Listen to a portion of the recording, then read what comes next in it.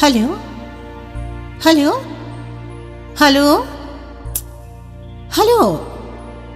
উফ,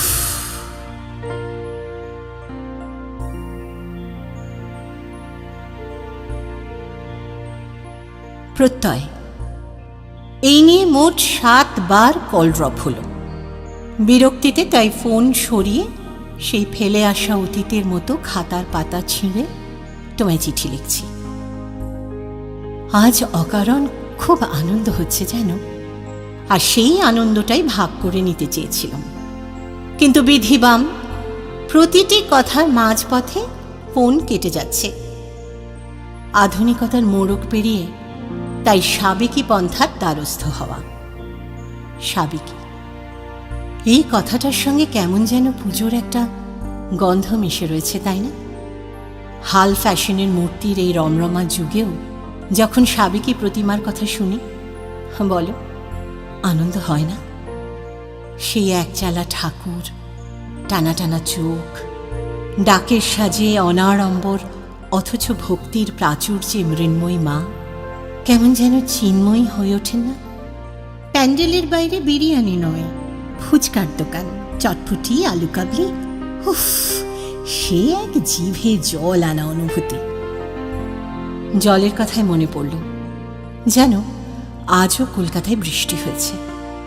বেহালার বেহাল অবস্থায় প্রশাসন নাজেহাল, কিন্তু আমার না খুব আনন্দ হচ্ছে। আমাদের একতলার অনেকখানি জলের তলায়, তবুও আনন্দ হচ্ছে। কেন বলো তো?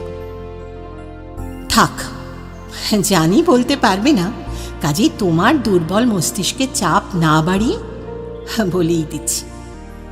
কারণটা হচ্ছে তুমি। হ্যাঁ হ্যাঁ, তুমি।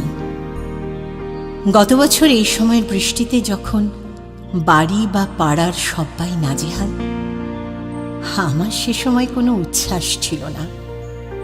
কদিন আগেই মন ভেঙেছিল। সবার অলক্ষ্যে দু চোখ থেকে ঝরছিল অঝোর শ্রাবণ। যে নিজেই দুর্গত, তাকে আর নতুন করে কি যন্ত্রণা দেবে বৃষ্টির জল? দু চোখ ঘেঁষা বৃষ্টিরেখা, শ্রাবণ এ স্পষ্টত। আমার মতো তুমিও কি আজ কান্না কবলিত?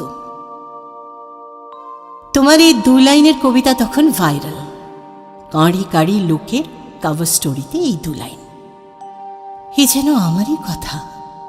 সাহসী হয়ে সেদিন আমিই টেক্সট করেছিলাম, লিখেছিলাম, কবি, তোমারও বুঝি মন মেঘলা, বুকের নিচে ক্ষত?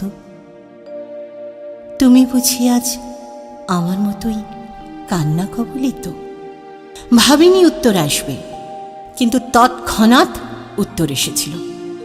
তুমি লিখেছিলে, মেঘলা আকাশ, মুষলধারে বৃষ্টি নামার পরে বুঝতে পারি আমার সকল হারিয়ে গেছে ঝড়ে। আমি তোমার মতো লিখিয়ে নই, তবু লিখেছিলাম, হারাই সবই, হারাই মনের, পাড়ায় জমে কাদা, জলের তোড়ে এক হয়ে যায় গঙ্গা ও নর্মদা। তুমি লিখেছিলে, গঙ্গা ফড়িং তবুও ওড়ে, গঙ্গা ফড়িং নাচে, তোমার সঙ্গে আমার অনেক অনেক কথা আছে।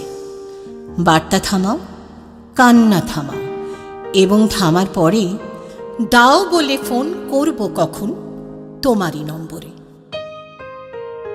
আমি অনেক ভেবে অনেক কাটাকুটির পর লিখেছিলাম, 9-এর পিঠে 0 দিয়ে 1-এর পিঠে 16, 72-এর পৃষ্ঠ দেশে 100 জুড়ো হলো। এবার সময়, তোমার যখন ইচ্ছে হবে ডেকো। আচ্ছা কবি, এখন বিদায়, আসছি, ভালো থেকো। সন্ধ্যেবেলায় ফোন এসেছিল তোমার। কথায় কথায় কখন যে রাত হয়ে গেছিল আমরা বুঝি। ডিনারের আগে ফোন রাখবার সময় বুঝেছিলাম আমার আকাশের মেঘ কেটে গেছে অনেকখানি। সেই শুরু। এই 1 বছরে রক্তিমের দেয়া রক্তক্ষরণের উপহার আজ ম্লান। এমন উজাড় করেই ভালোবেসেছ তুমি আমায়।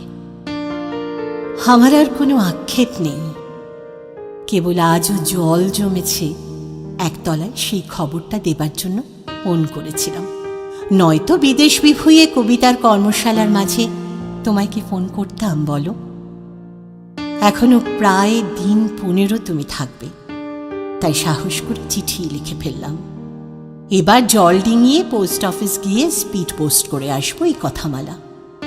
রাতে ফিরে ফোন করবে জানি, কিন্তু আমি বলবই না কেন ফোন করেছিলাম আজ। এটা সারপ্রাইজ থাক। পরিশেষে বলি, আজ বর্ষা ফের করেছে মুহূর্তে বানভাসী, সেই জলের দিব্যি কবি তোমায়।